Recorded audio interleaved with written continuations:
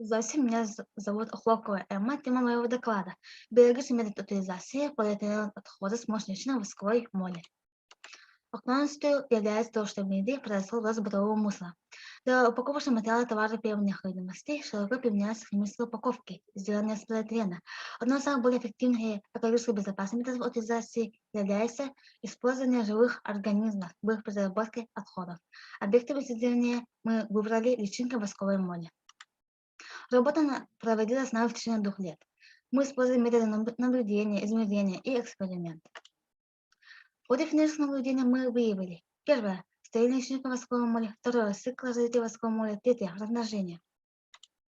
В 2020 году мы получили первое поколение личинок восковой моли, которое показано на рисунке 6. Провели с ними опыты в 2 подполностях по 15 личинок. И на рисунке 8 показан фрагмент соединенного полиэтилена. В этом году мы вырастили второе поколение личинок восковой моли, и на видео показана жизнедеятельность личинки восковой моли.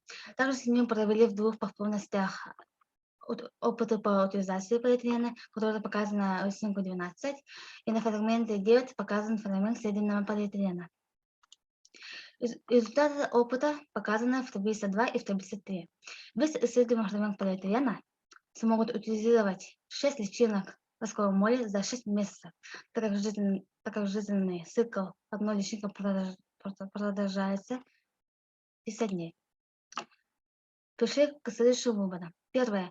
Из институтных данных мы выяснили, что полиэтилен — сложное органическое соединение, перерабатывающееся сложным способом. Второе.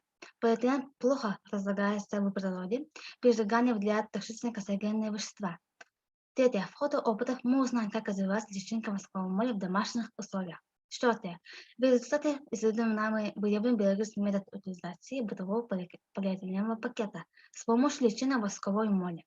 В ходе экспериментов мы выяснили, что средняя площадь утилизированного полиэтилена за один день может быть в среднем от 26,3 мм в квадрате до 20 мм в квадрате.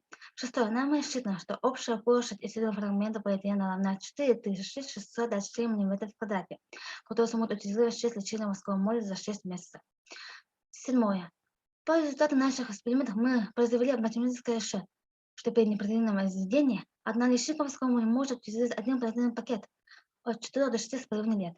Соответственно, 15 личинок могут утилизировать один полиэтиленовый пакет от 1,5 до 5 месяцев. Соответственно, данный метод утилизации является экологически чистым и очень эффективным способом. Можно даже предполагать, что этот процесс происходит и в самой природе. Благодарю за внимание. До свидания.